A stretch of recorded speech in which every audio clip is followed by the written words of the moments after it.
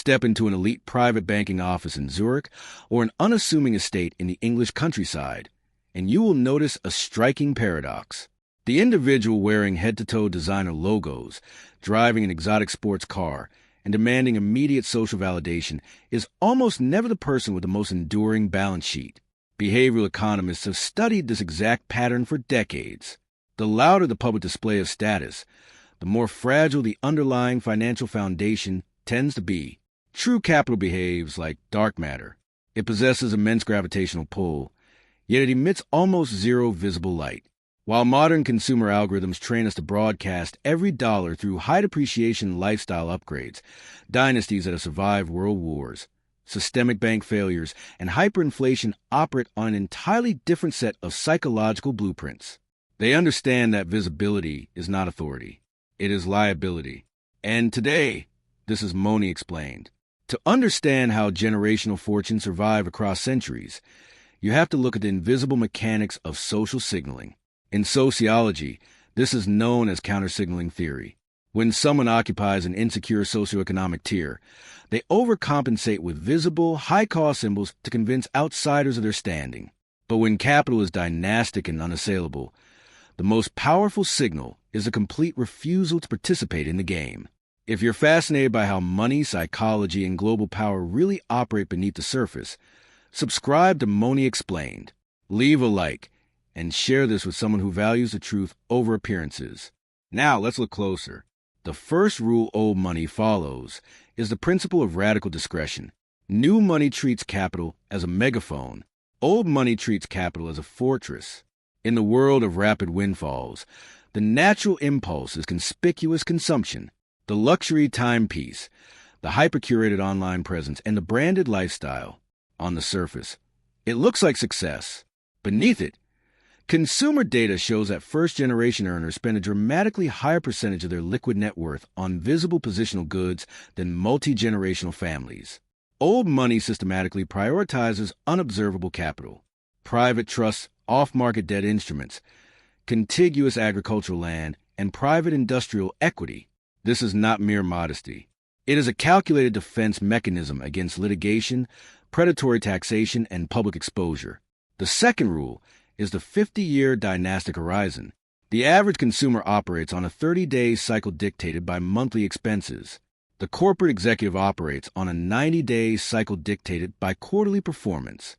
Established capital operates across generations. When multi-generational family offices allocate balance sheets, they do not ask what an asset will yield next quarter. They ask how it will hold up through 3 recessionary cycles and 2 generational successions. Think about what that actually costs you if you operate with short-term lens. While modern investors chase speculative volatility to fund instant lifestyle inflation, old money locks into resilient, yield-bearing assets that compound uninterrupted across bloodlines. Here's what almost everyone gets wrong about the third rule: the deliberate engineering of social friction. Modern networking advice tells you to be universally accessible, aggressively responsive, and permanently visible. New money opens every door to maximize inbound attention. Old money builds heavy architectural gates. They rely on private circles, discrete syndicates, and generational intermediaries to filter out noise. To them, an unsolicited interaction is not an opportunity.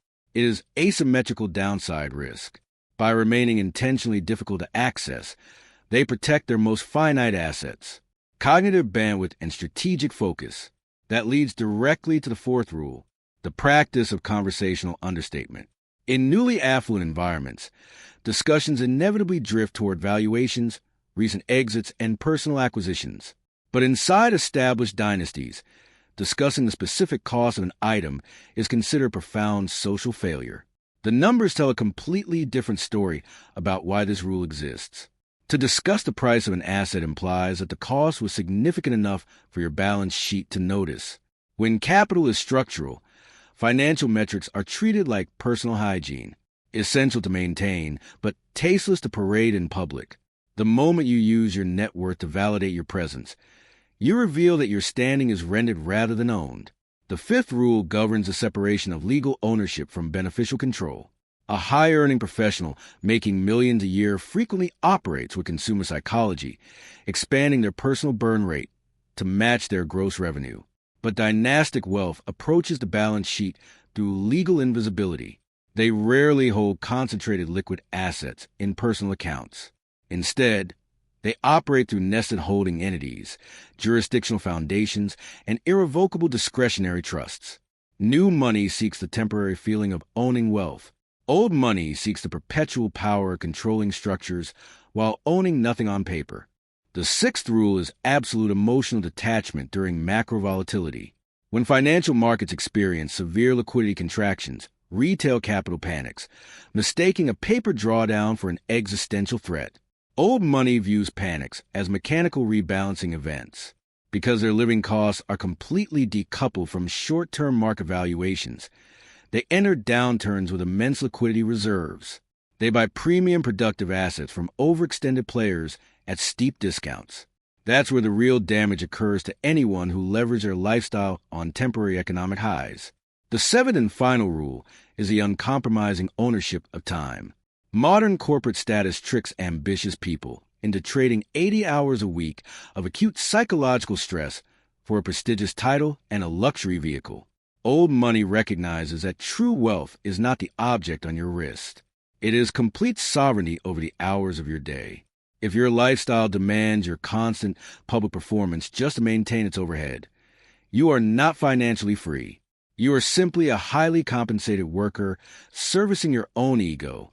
The ultimate paradox of modern finance is that almost everything society broadcasts about being wealthy is a marketing funnel designed to keep people consuming. The luxury industry does not exist for the ultra-wealthy. It exists to monetize the insecurity of those attempting to appear wealthy. When you strip away the social theater, the greatest advantage of dynastic capital is psychological independence. The discipline to never play status games with people whose opinions produce no compound interest. True freedom begins the moment you stop financing other people's perception of your life. When you eliminate the tax of external validation, you retain the exact capital and clarity required to build enduring autonomy. Thanks for watching Moni Explained. Don't forget to subscribe, and I'll see you in the next video.